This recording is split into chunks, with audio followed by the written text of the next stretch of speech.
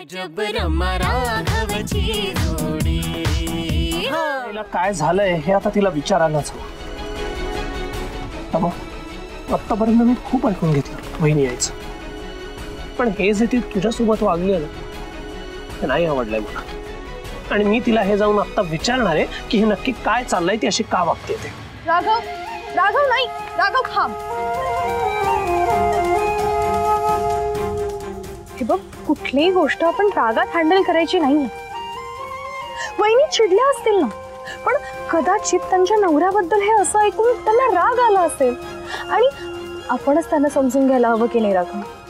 रमा, अगं आता तूच म्हणालीस ना की तू तिथे गेल्या क्षणापासून वहिनी तुझ्याशी वाईट वागायला लागली, मग दादाचा विषय येतो कधी?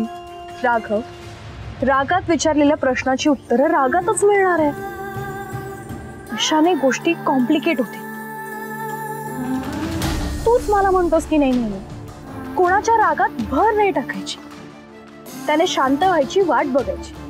मग आता तूच असं वागून कसं चालेल रे? ठीक आहे ठीक आहे, मी नाही जाणार, पण मग मला माझ्या प्रश्नांची उत्तरं कशी मिळणार?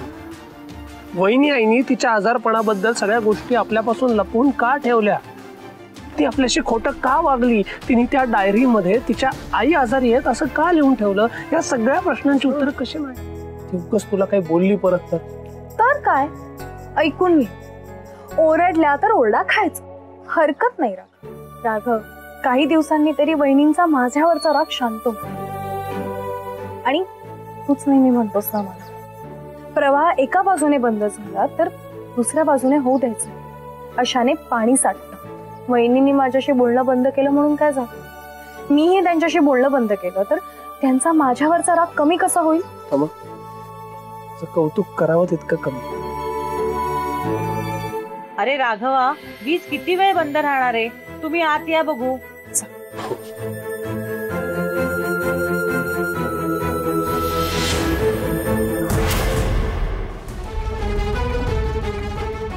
त्या पोराच्या जागेवरती भलतीच बाय वायर धरून बसली। मी लावून नाही मॅडम, ती फोन उचलत नाही। आता मी जे काम करायला आलोय ते करायचं का नाही कोण सांगणार आहे?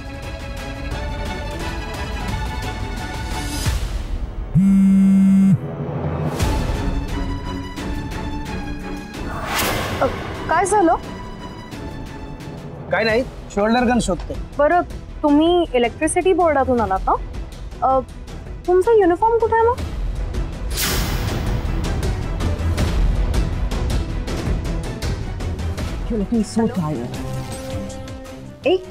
कम, खूप दिवस झाले आपण गप्पा मारला नाही। मला सांग काय चाललंय तुझ्या आयुष्यात, मला जाणून घ्यायचं। कम कम कम, ये बसूया, ये।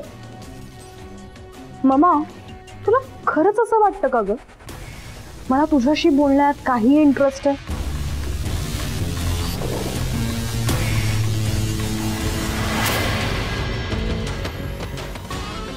मी तुझी ममा आहे रमा। तुला इरिटेट कसं करायचं हे मला चांगलंच समजतं।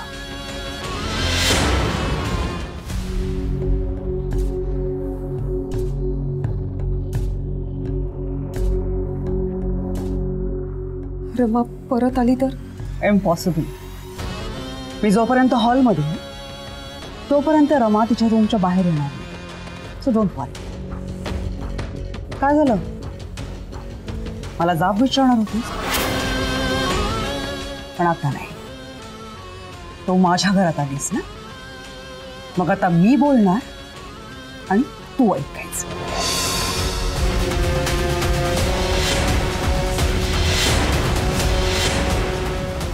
ऍब्सोल्युटली, तू जे जे बोललीस ना ते सगळं खरं आहे तुझ्या।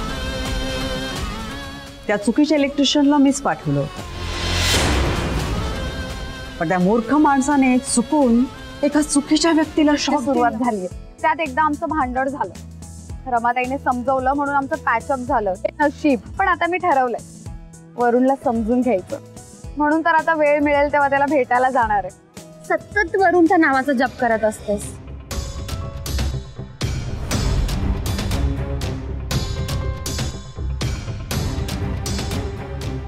आरुषी भेटवते।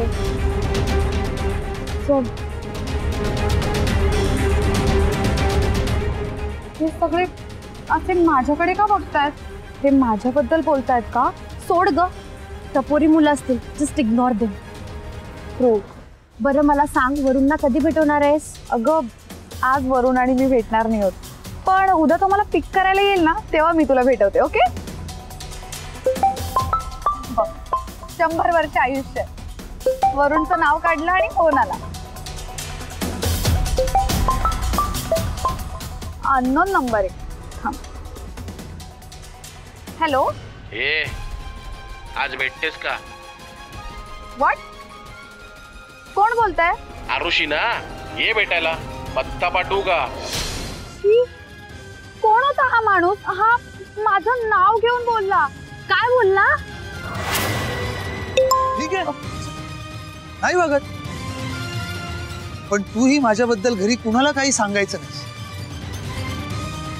विषयच संपला. पण हा, तुला जर विषय सुरू ठेवायचा असेल तर तुझ्या वहिनी आईचा संसार संपला.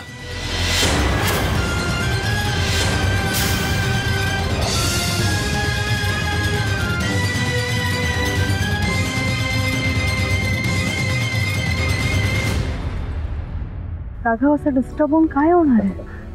आय नो हे सगळं खूप अनएक्सपेक्टेड होतं, पण आपल्याला ऑलरेडी आयडिया होती की नाही की हे सगळं खूप चॅलेंजिंग असेल. स्टील तू पेशन्स ठेवायला हवं. कार्तिकीय दादांना फक्त धडा शिकवणं हा आपला एम नव्हता, त्यांना करेक्ट मार्गावर आणायचं आहे, हे जास्त इम्पॉर्टंट आहे. हो की नाही? खरं आहे तुझं. रमा, दादा असं कसं वागू शकतो ह्या विचारानेच ना डोकं भणभणलंय माझं. घरातल्या सगळ्यांना खूप त्रास होणार आहे ह्याचा. पण आता या सगळ्याचा विचार करून काही फायदा आहे का? राघव, त्यापेक्षा या सगळ्यावर काय मार्ग काढता येईल याचा आपण एकत्र मिळून विचार करूया. Raghav, we are a team. इथून पुढे आनंद असो, संकट असो किंवा दुःख असो, आपण त्याला एकत्र. माधवराव, कसं आहे, माणूस काय किंवा वस्तू काय हातातून जाता कामा नये. एखादी गोष्ट आपल्या मनासारखी व्हावी असं वाटत असेल ना, तर त्यासाठी वाटेल ते करण्याची तयारी हवी. एखादी गोष्ट आपल्या मनासारखी नाही जाईल तर हरकत नाही, माणसं तुटता कामा. आई किती करेक्ट बोललात ना राघव. आई ना खरंच खूप ग्रेट आहेत. म्हणजे त्यांच्या या एका वाक्याने तुला कळलं की काय करेक्ट आहे आणि काय रॉंग. बरं झालं तू पूजा वहिनींशी बोलला नाहीस, डिसिजन चेंज केलं, कारण ह्याच्याने ना पूजा वहिनींनाच खूप त्रास झाला असता. हो ना, आई आणि आजीच्या बोलण्यावरून तेच कळलं मला. आत्ता वहिनी आईला सांगून त्यात तिचंच नुकसान, तिलाच अजून त्रास होईल. आणि शिवाय तिला असं नको वाटायला की मी तिच्या आणि दादाच्या मध्ये पडतोय. आणि मुळात म्हणजे तिची तब्येत अजून नको खराब व्हाय, म्हणूनच मी तिला न सांगण्याचा निर्णय घेतला. पण दादा, तू पूजा वहिनींना हिमोग्लोबिनच्या गोळ्या घ्यायची आठवण करून देतोस ना? अगं आठवण करून द्यायची गरजच नाही, मी बघतोय ना रोज. सगळ्या गोळ्या न चुकता वेळच्या वेळी घेते ती. गुड. पूजा वहिनींना खरंच खूप चांगल्या आहेत रे राग. मला त्यांच्यासाठी खूप वाईट वाटतं. त्यांना ना कार्तिकीय दादांमुळे खूप त्रास होतो. काय हो आई? अगं पोरींनी किती मेहनत घेतली कळतंय अगदी.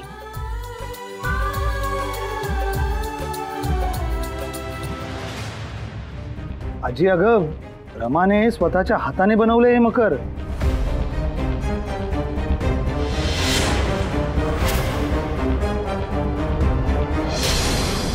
पण माझं त्यापेक्षा जास्त छान आहे.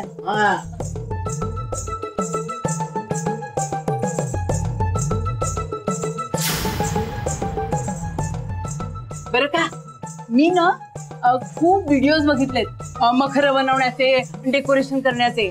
त्याच्यात बघितल्यावर मला असं वाटतंय की हे जे असं जाळी आणि सगळं केलं ना, ते करायला ते काहीतरी एक वापरतात रे. काय मशीन? हे इलेक्ट्रिक मशीन असतं ते, त्याच्याने हे असे कटर.